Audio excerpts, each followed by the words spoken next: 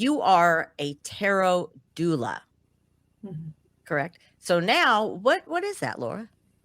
That's an excellent question. Other than something that I just suddenly got in a zap of inspiration in the shower, as so many things do. My background, the many other lifetimes in which I was a psychology professor and a journalist, but my most recent career before being in the tarot world was I was a birth doula. And so for those of you who don't know what that is, a birth doula is somebody who is with a woman while she gives birth. And it's not a medical role, but it is basically supporting that woman through what is obviously one of the most difficult transitions in a lifetime. And we offer emotional, mental, spiritual support. Mm-hmm. And as I started to do tarot, I realized more and more, there's a whole generation of tarot readers who would love to tell you what to do with your life. Mm-hmm. And they would show up and say, here's when you're going to meet this person. You should go here and do that. And what is amazing about this new generation of tarot readers, of which I am a part, is that we recognize that our job is not to tell you what to do. Our job is to doula you. In other words, to offer emotional, spiritual support while you go through whatever difficult transition you're going through in your life. And the cards are here to help with that. I love, love, love. I think most women for sure know what a doula is.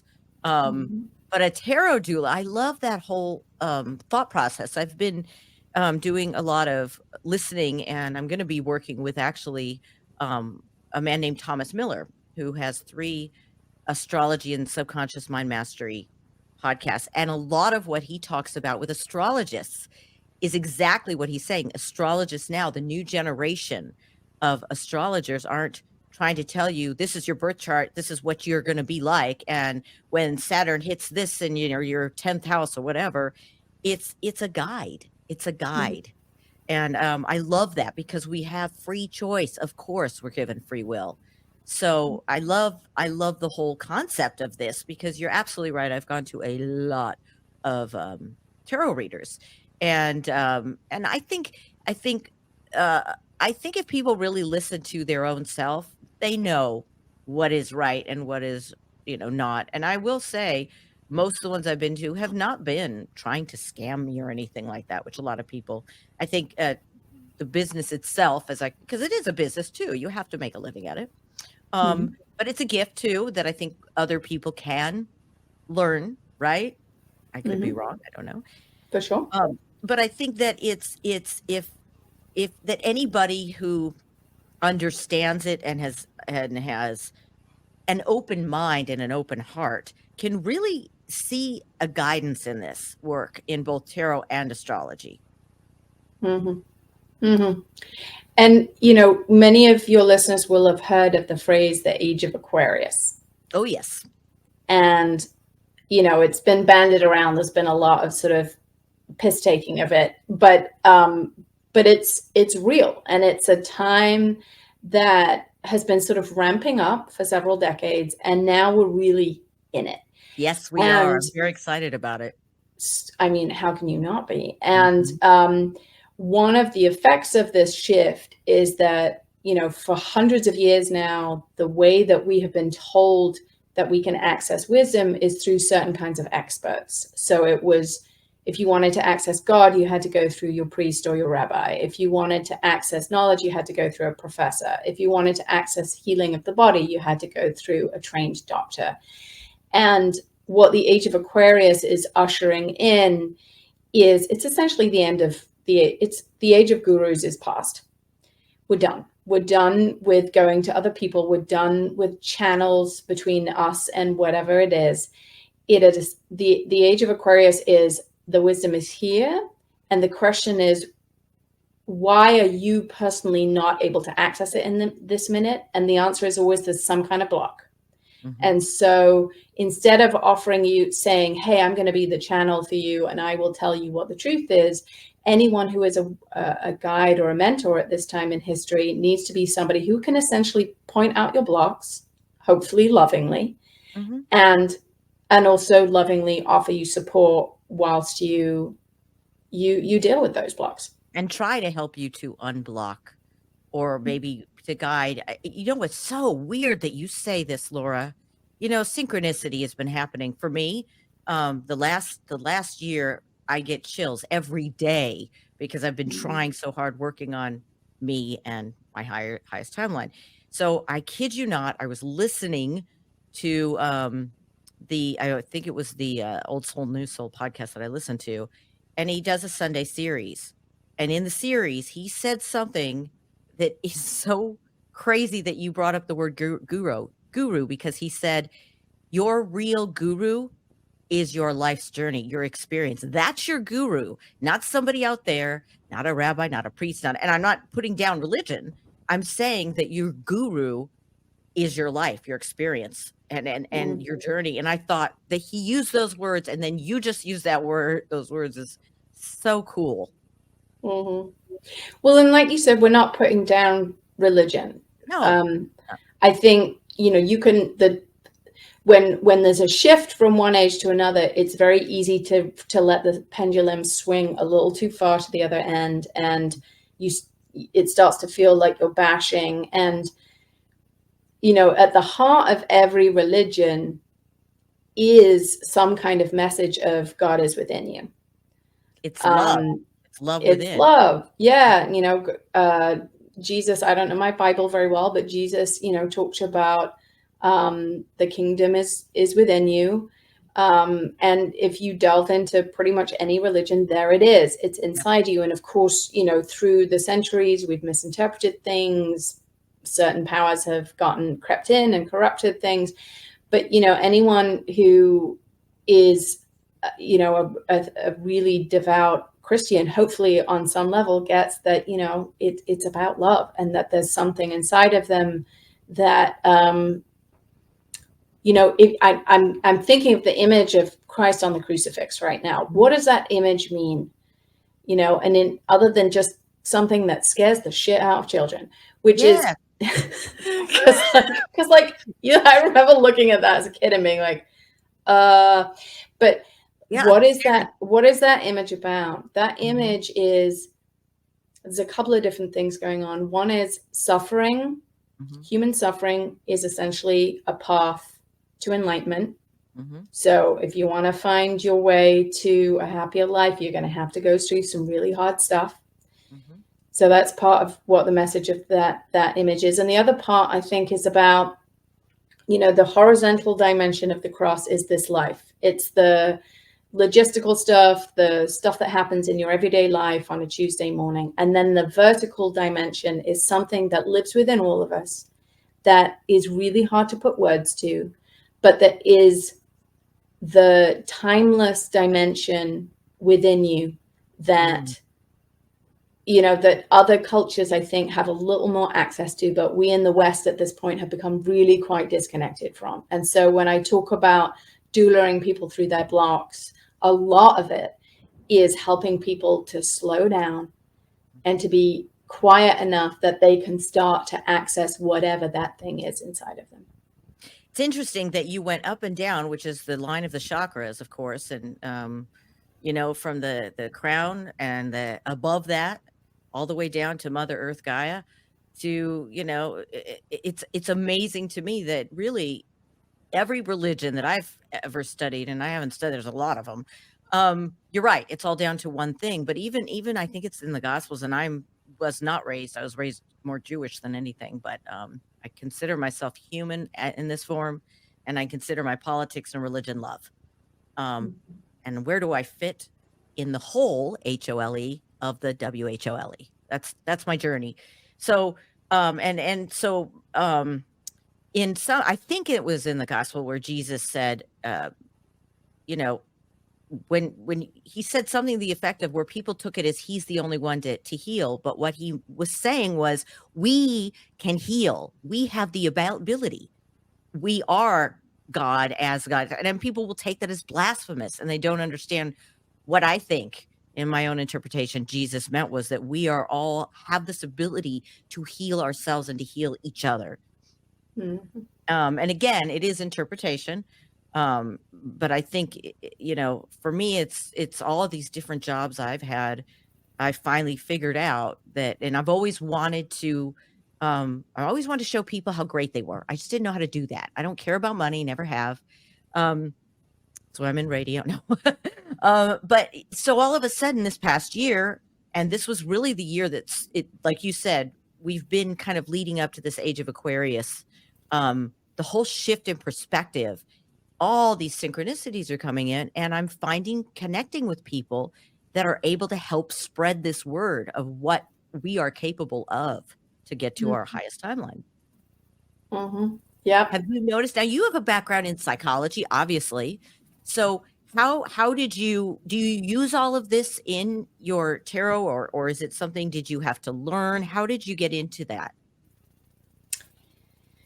So, I mean, I ended up as a psychology professor almost by default because I come from a family that really valued the intellect, and very much everybody just sort of, you know, from the age of 6, I liked to tell people I was going to go to Oxford University, and everyone thought that was really cute. And I did, and I was miserable. And at the age of 30, I sort of woke up and realized that there was something that all of this studying, all of these years in college, I spent 23 years in school, and yet I felt there was something I wasn't getting. And the reason I knew that was because, you know, despite having a life that looked very sparkly to a lot of people, I was suicidal, essentially. And what happened, you know, I call myself an ex-intellectual these days, and I'm trying to move from clever to conscious, because the human mind is a beautiful thing. And also at this point in human evolution, 90% of the thoughts in most of our heads are not productive thoughts. They are mental thought loops. They are fears. They are negativity. They are paranoia. You know, when at certain levels, you can kind of label it as chronic, or, you know, it's in the DSM or whatever. But even if you're not, even if you don't have a label of like schizophrenic or something, all of us have a certain level of intellectual, mental dysfunction. Totally agree with you. And so when I hit that emotional wall age 30 and realized, okay, there's got to be something beyond the intellect. I don't know what it is yet, but I will dedicate the rest of my life to finding out what the fuck that is. I just essentially said, I give up. I'll be open-minded. Whatever you want to bring me, universe, you bring me. And the first place it took me was to a 12-step program, an addiction recovery program. And that was because someone I knew and loved was in a program too. And I just sort of randomly started going almost. I mean, talk about coincidences and synchronicities. And, you know, these things just seem to drop into our lives, don't they? And then Well, you asked. You said universe. Yeah, I did. I said, I'm open. Bring it. Bring it. And in that program, I got myself what they call a sponsor, which is essentially just a mentor through the steps. And he was the opposite of me. He was a Puerto Rican construction worker from the Bronx. And through working with him, I had kind of a meltdown, because I was learning this amazing stuff. And I suddenly realized I spent 23 years in school. I went to some of the most prestigious universities in the world. And I was essentially a really stupid, intelligent person. Like, I could tell you about a lot of stuff. I was teaching, you know, undergrads psychology, but really all I could teach them about was dysfunction. Because if you open any psychology textbook, what it will tell you, if you kind of zoom out and look at the bigger picture of any psychology textbook, or at least the 101 textbook, the message is you can't trust your own brain, and you definitely can't trust the brains of other people.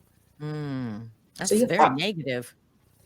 And because it's the study now, this is starting to change. I will tell you very, you know, I left in 2010. And since then, there's been a whole revolution in psychology with positive psychology and spiritual psychology. So I don't want to dismiss psychology, but at that point, it was really tricky to find anything that wasn't essentially pathologizing people.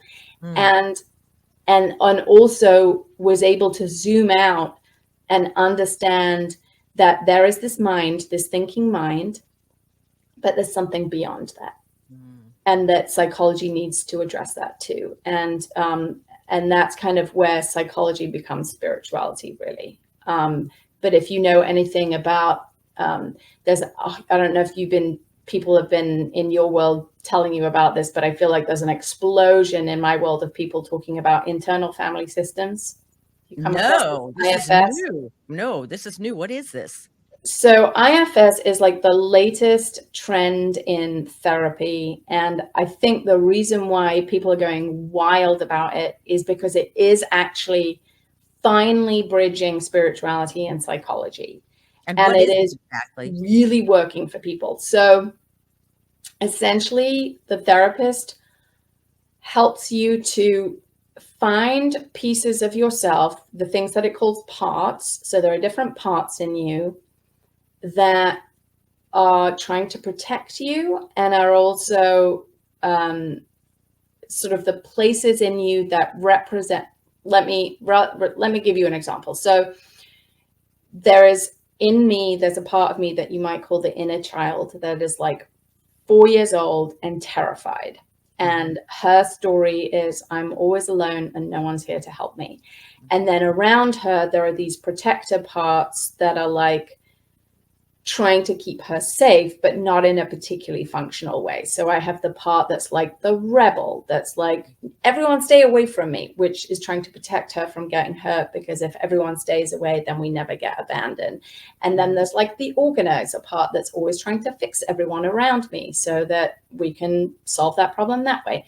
And each of us have these parts, which various different kinds of psychologies have addressed. But the reason why IFS is so amazing and why it's really changing people's lives is because what the therapist helps you do over the sessions is helps you to essentially zoom out and become the witness of those parts, essentially zoom up to the level of something that they call self, but which is essentially being able to witness your own thoughts as a loving, being the observer, and to reparent yourself in that way, and to speak with those parts in a way that essentially reparents those parts so that they can integrate with the whole, and so that they're not constantly fighting with each other inside of you. If you've ever had that experience of like, there's 3 different voices in me and that none of them can agree. The idea is that you integrate those parts into self so that you can then become that loving inner parent to yourself and not constantly be in that place of fight, flight, freeze, which is what happens if you're in your parts. And then when you are in that, which is us obviously constantly, if we're not working at it, it just creates more.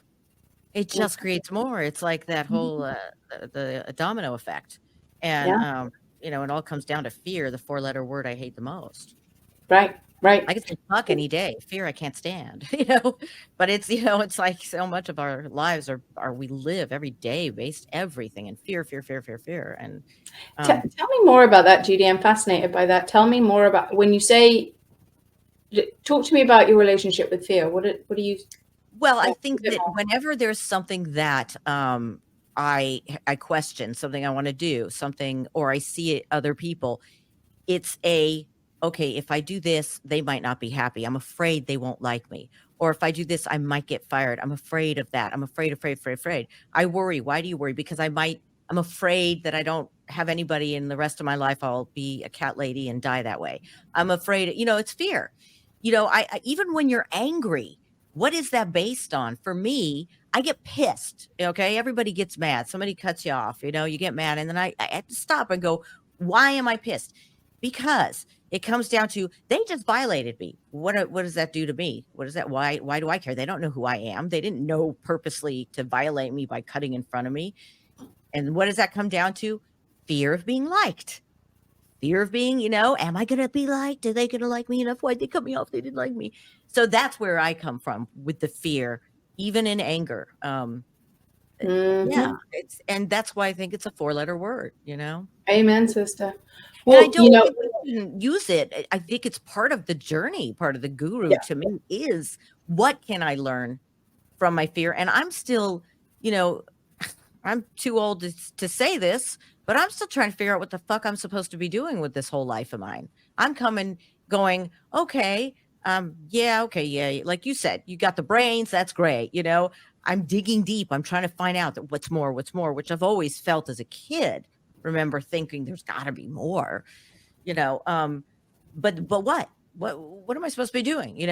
And I think a lot of people come to that spot. They don't even know. And maybe it's what you're talking about. They've got so many different parents that are working against them. They can't even get to who they are. Does that make sense? It does. Well, and I think that feeling of, I'm kind of putting words into your mouth now, so tell me if I'm getting it wrong, but that feeling of I can't really trust, there's no North Star, there's no compass. Yes, exactly. Fear of trust. Oh gosh, yes. Yeah. Yeah, there's no compass. So then I find I'm taking a million different journeys, I'm learning from them all because I love sucking the whatever I can out of them and try to throw away the negative whatever I'm not getting out of it, but it still doesn't tell me what I'm supposed to do. Right. And I know sometimes you go, well, maybe there isn't anything. Maybe you're just supposed to be, but be what? You still have that question. Yeah. I mean, that fundamental question of what the hell am I doing here and how do I know what the next right action is, I think is essentially the question that anyone who shows up at a tarot reader or an astrologer has, anyone who goes to church has, anyone who switches on Netflix. Honestly, it's the question we're always asking. And, I think part of why I call myself an ex-intellectual is because I don't know I feel like this quote is Einstein's quote. He said, you can't fix the problem at the level at which the problem was. You need to fix it at a different level. And fixing a problem that is created by one's mind, does not work. So what is the alternative? And,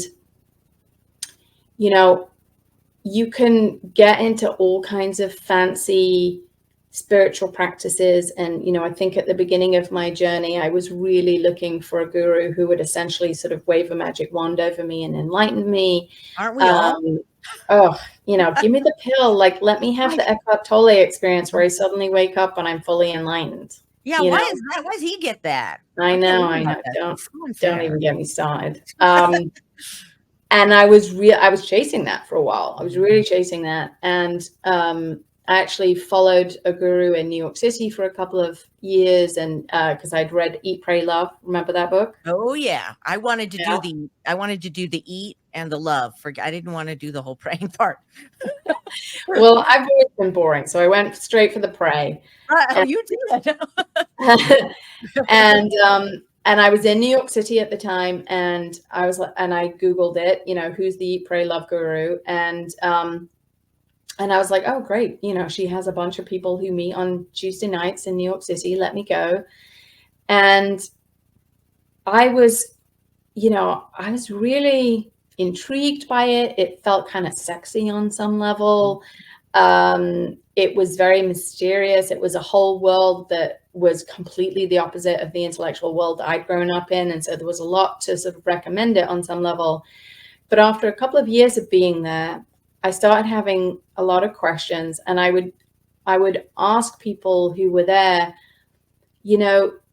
her message is that the guru is within us, except doesn't that mean that there would be like a new guru popping up every 5 minutes? Like, oh, I found the guru within me, but like somehow there's only ever one guru.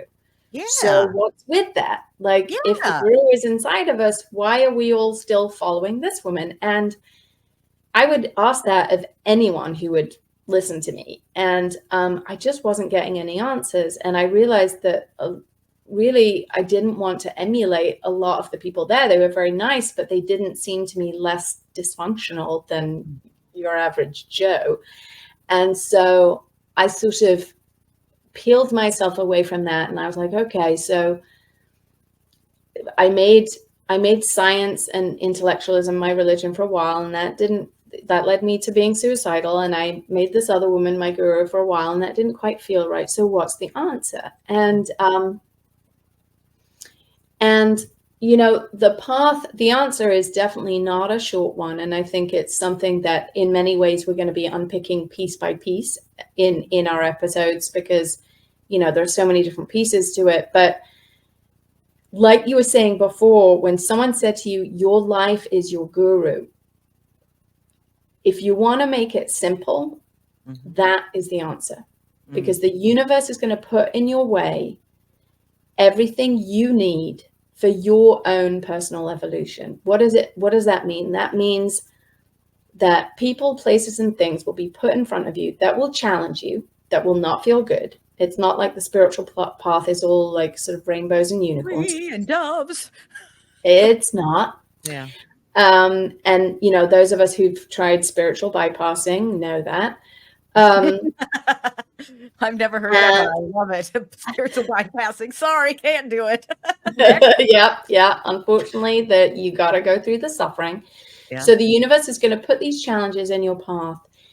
And what does it mean to grow from them? I think that's the biggest question right now. And for me, what it means to grow from them is that with each challenge, I get to ask myself, am I willing to take responsibility for this? Do I want to stop being a victim? Or do I want to say that this thing that's happening to me, like, poor me, you know, why me? Do I want to stop being a victim? Or do I want to look at what this is trying to teach me? That's the first question. And of course, many people choose the former, and they just go into, let me tell you why my life is crap. And that's, you can totally choose that. And it's a repeated, like the echo of the cannon. Yeah. And it's, you know, and it's honestly, it's seductive. And I think we all fall into it occasionally, don't we? We all fall into it a lot. Like, let me tell you why my Thursday morning sucked. Yeah. Still in the middle of it. Yep. You know, and in AA, they say, pour me a drink. You know, I've never heard that one. That's funny. And what they're trying to say, you know, in their usual funny way, which is why I love AA, that if they're nothing, they're funny. They're trying to point out that self-pity is not a great life strategy, and that it leads us back to our addiction.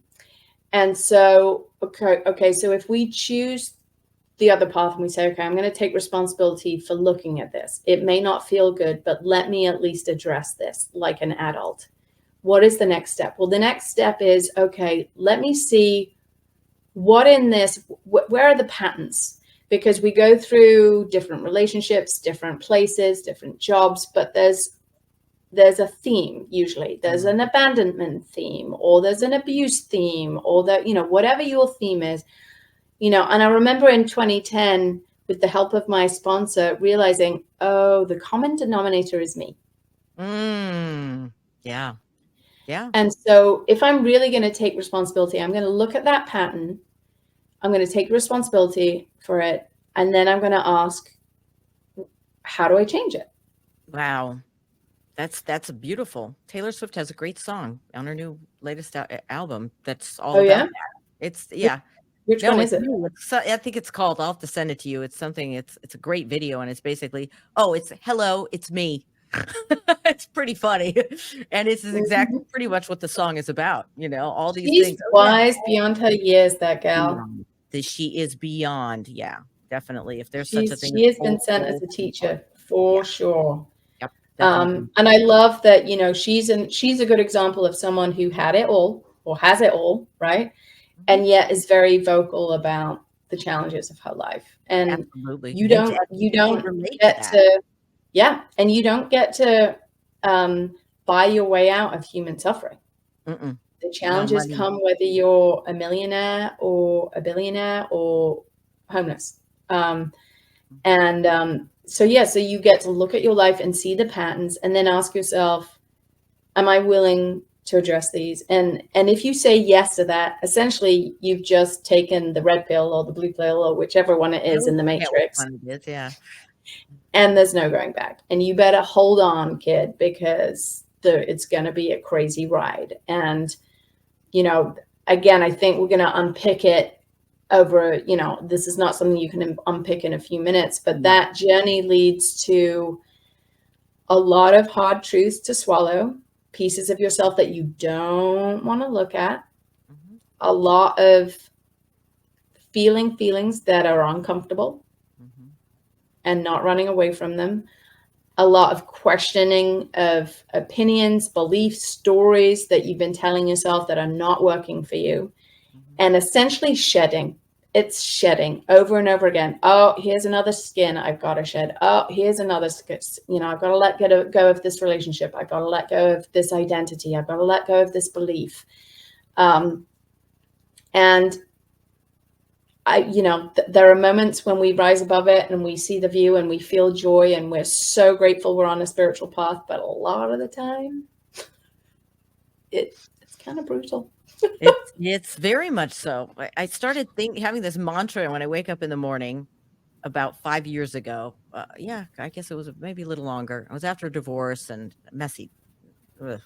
But I said, this is uncomfortable. And then I'm going to wake up every day and go, what can I be uncomfortable in today? I want to live in the uncomfort zone, because it's easy to be comfortable, right? It's so easy. It's hard to be uncomfortable, yes, but it's also such a fun freaking roller coaster. It's not always fun, but it is in a way. It's I don't know. And again, it's alive. That's what it is. It's alive. Yes. And I also have had, I've never said it before, but definitely thoughts of suicide and bad. So there's sometimes when fear can work for you. And I think all the emotions can work for you in one sense or another. But I love this idea I love that you're saying that it's hard work, because most of the times the books you read, there are no quick fixes for this. It's a lifetime. And I think it's a constant journey of fixing, or I don't know if it's fixing, maybe it's choosing the life path choice that it doesn't necessarily put you in a comfort zone, but puts you maybe in the life you're supposed to lead. Yeah. That for sure. I don't know, Yeah. I mean, I feel like my life was not comfortable pre-spiritual awakening, because I was somebody who experienced very severe depression before I made this choice. But at the same time, I was constantly able to blame other people, which was my favorite thing to do. Oh, yeah, everybody loves to blame. It's easier. And, and I think, well, actually, I don't know. I think, I've met in my addiction recovery, I've had different sponsors, and I've sponsored other women. And I think it's interesting that people do seem to come in two camps. I always went to anger and blaming other people, but I've had a lot of sponsees who have gone always to self-blame and self-anger. And shame. Yeah, shame. That's a big one. I've got a lot of the shame, the guilt. So that would be self-blame, I suppose. So yes, I think and I think a lot of women, that's more their comfort zone, is the guilt and shame. Cheated. It must have been something I did wrong. What did I do wrong? I didn't do sex and it's like, what the fuck? But that's I do totally agree with that. And it is, again, it's the victim mentality is a comfort zone. I don't like the living in that comfort zone. It's not fun. But it's sure, it probably is easier because I'm so used to it than it is to actually get through and find out what the hell's going on, what really and dig down into those, like you were saying, the layers. And I want to dig more down into the what you were talking about with the family and you becoming the parent of these. What did you say it was called? IFS, internal family system. I love this. I love I mean, we have a ton to talk about. I think this is going to be a great series, Laura. If you're up to it, I think it's a necessity. Let's do it. I love it.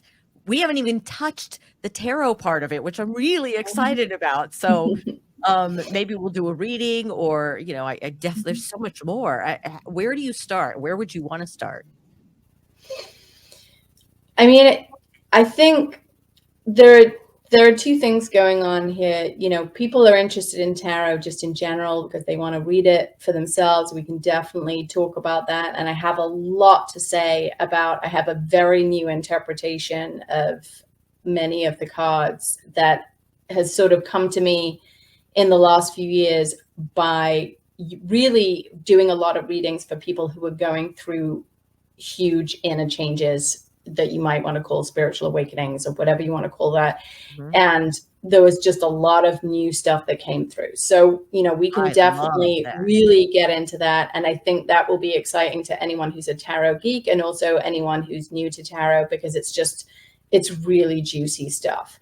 I think And that then would be great. Yes. and then on the other hand, there is the reason why people want tarot in the first place, and that stuff is stuff about you know, I feel like I'm stuck and I don't know, you know, like you were just saying, I don't know how to access my own intuition. I don't have an inner compass. I don't know how to trust myself, but at the same time, I don't know how to trust what's out there either. That's a huge reason people come to tarot. We can really dive into that. A lot of people come, you wouldn't believe the number of people who come to me and ask me if they should leave their husbands. Oh, yeah, I believe that. They want you to tell them what to do. And so, you know, the question of relationships is a big thing. The question of money and how we can deal with that with tarot. How There's will they just so live? many.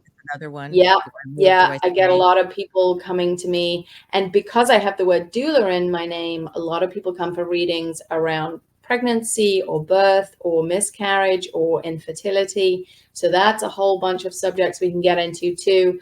And really, tarot is just a tool. So it's an exciting, interesting tool that you can learn lots of fun things about. But all it is a tool that helps you to access that inner compass, what you were just talking about, what you were bemoaning, that has been essentially ripped from us.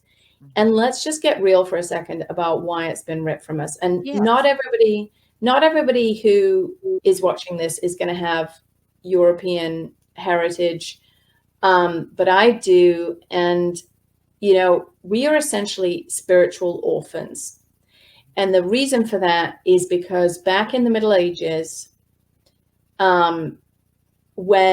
which was the last time we really as a collective had access to the wisdom of the land, the wisdom of the seasons, the wisdom of cycles and moons and all of that stuff, the Catholic Church and the patriarchy and whoever you want to talk about was scared of that.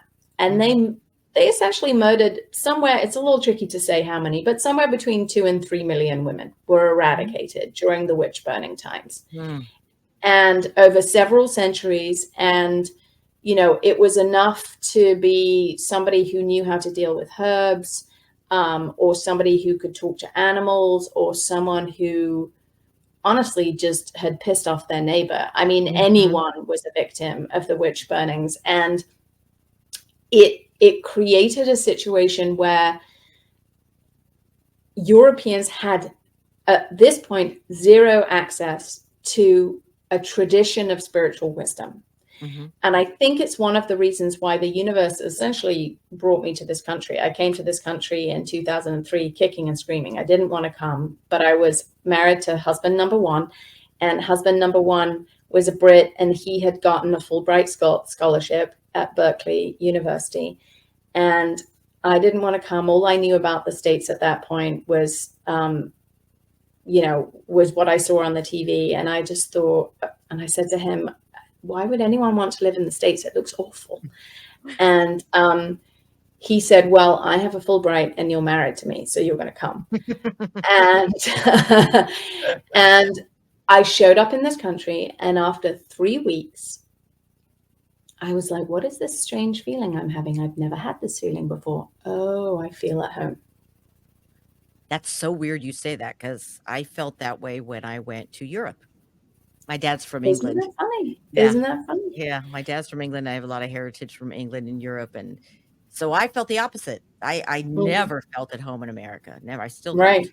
I felt Well, at home I in think many of Italy. us are being called to different places on the planet. And I don't fully understand it, but I think one of the reasons why the universe put me in this country is because this country has at least some access to a spiritual tradition that really does understand the land through the Native Americans. Now, of True. course, we did a pretty good job of murdering them, but we didn't manage to murder all of them. Thank And goodness. so, that is still there. And so, thank God that tradition has been able to continue just enough Mhm. that many of us, me included, have gotten a lot of, I mean, the guru thing didn't really work out for me that well, but I did get a lot of amazing stuff through contact with various elders in the Native American tradition.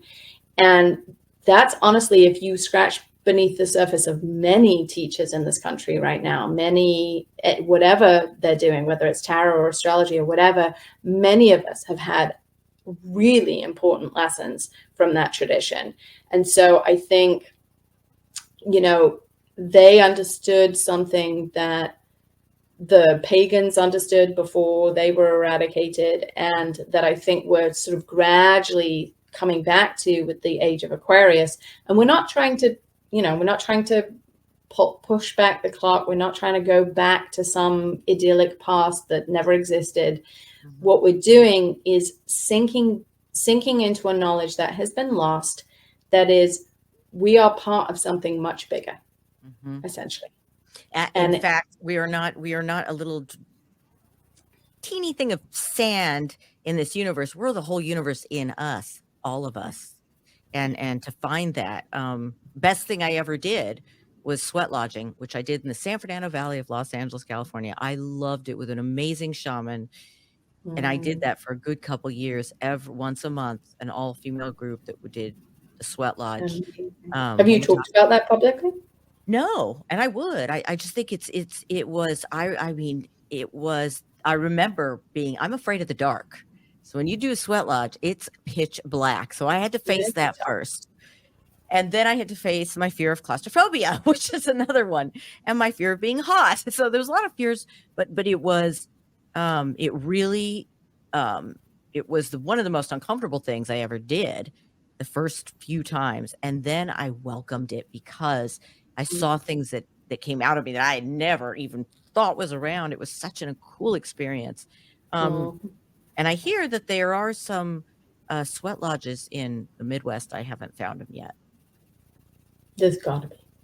There's gotta be, because I highly recommend it to anybody, because it really does. Um, it strips away you have to get out of your physical, get out of your head, get out of your body, and really go deep in your Mhm. soul. Pretty Do you cool. want to just quickly describe it for people who don't know what a sweat lodge is? Oh yeah, it's if you take a teepee and you make it a dome. The Native Americans had these, domes that were same material, most of them, that a teepee was made out of.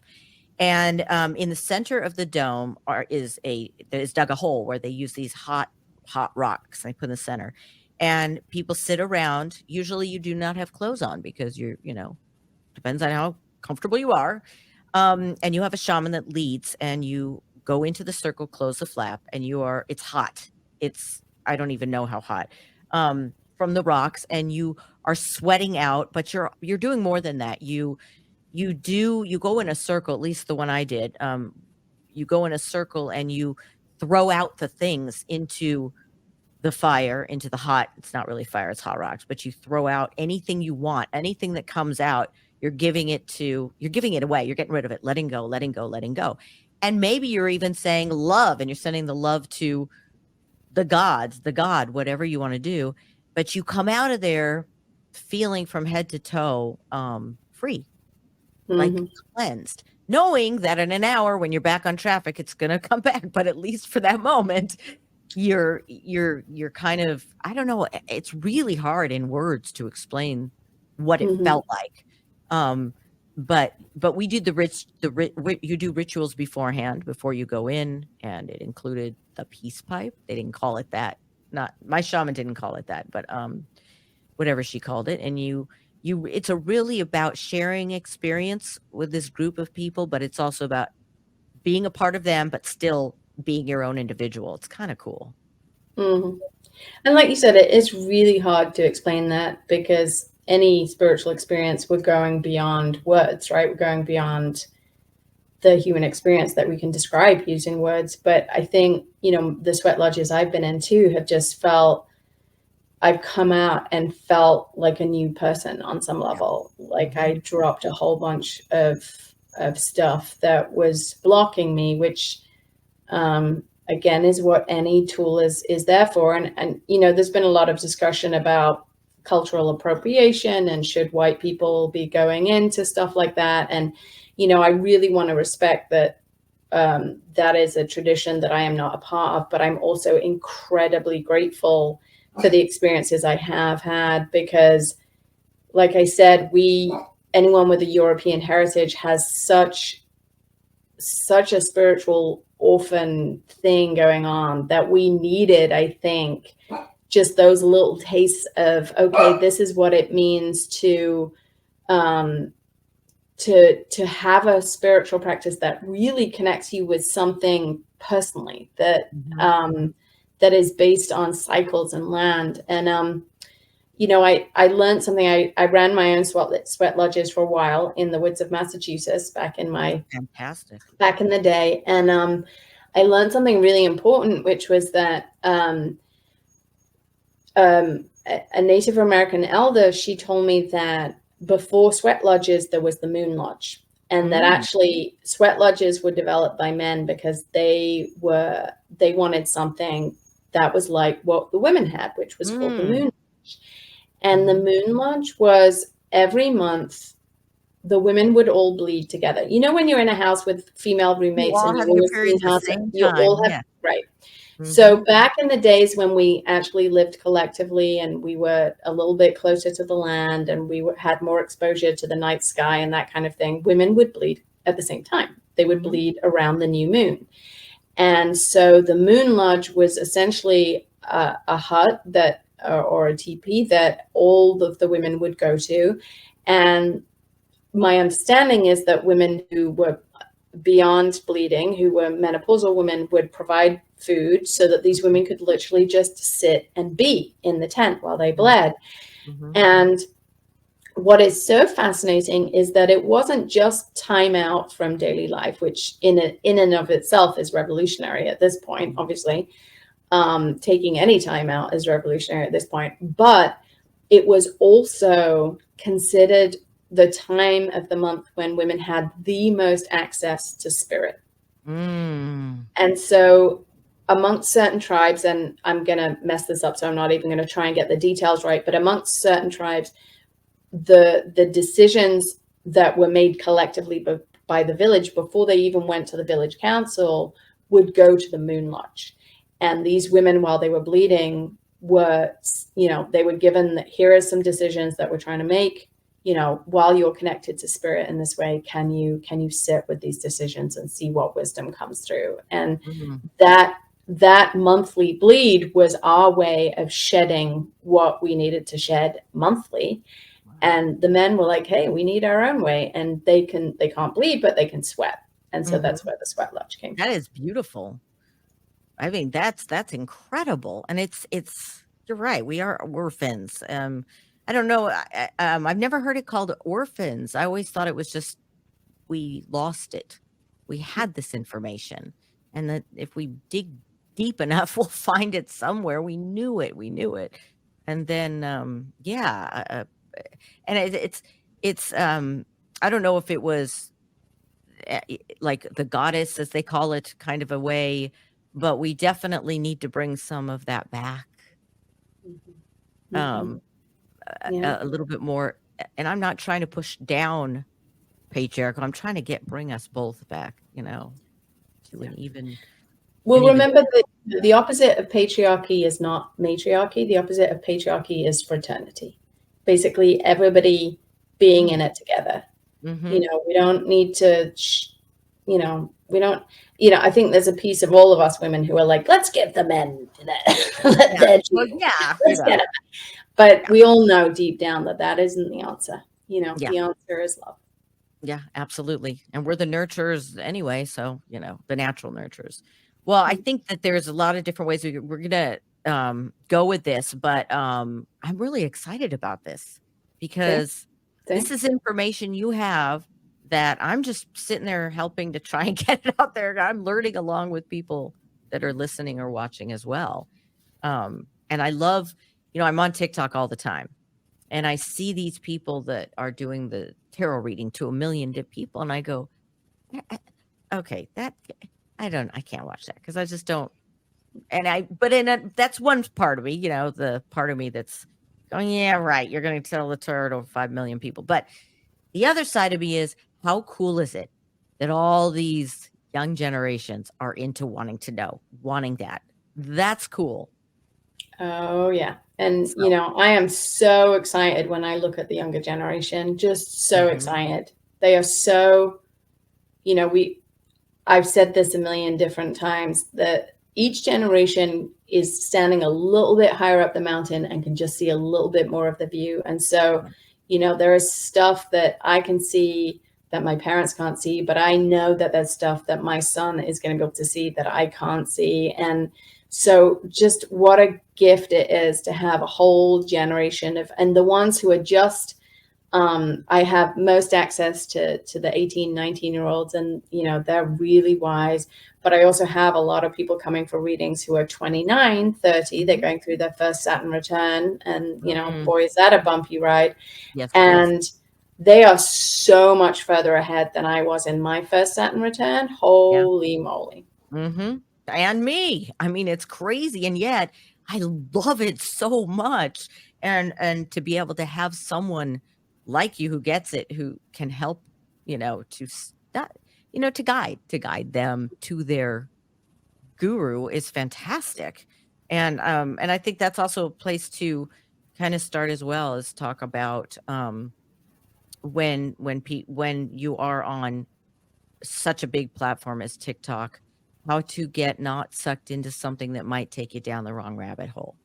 Because listen, like you said, there is no easy fix. It's a journey, and it's gonna hurt like a motherfucker sometimes. I mean, it is. It's like, but how boring would life be if it was just like, I'm gonna sit in front and watch TV all day, and that's just, I don't want to Netflix and chill my whole life. So no. Well, I'm excited, Laura. What's that? We're here to grow. That's right.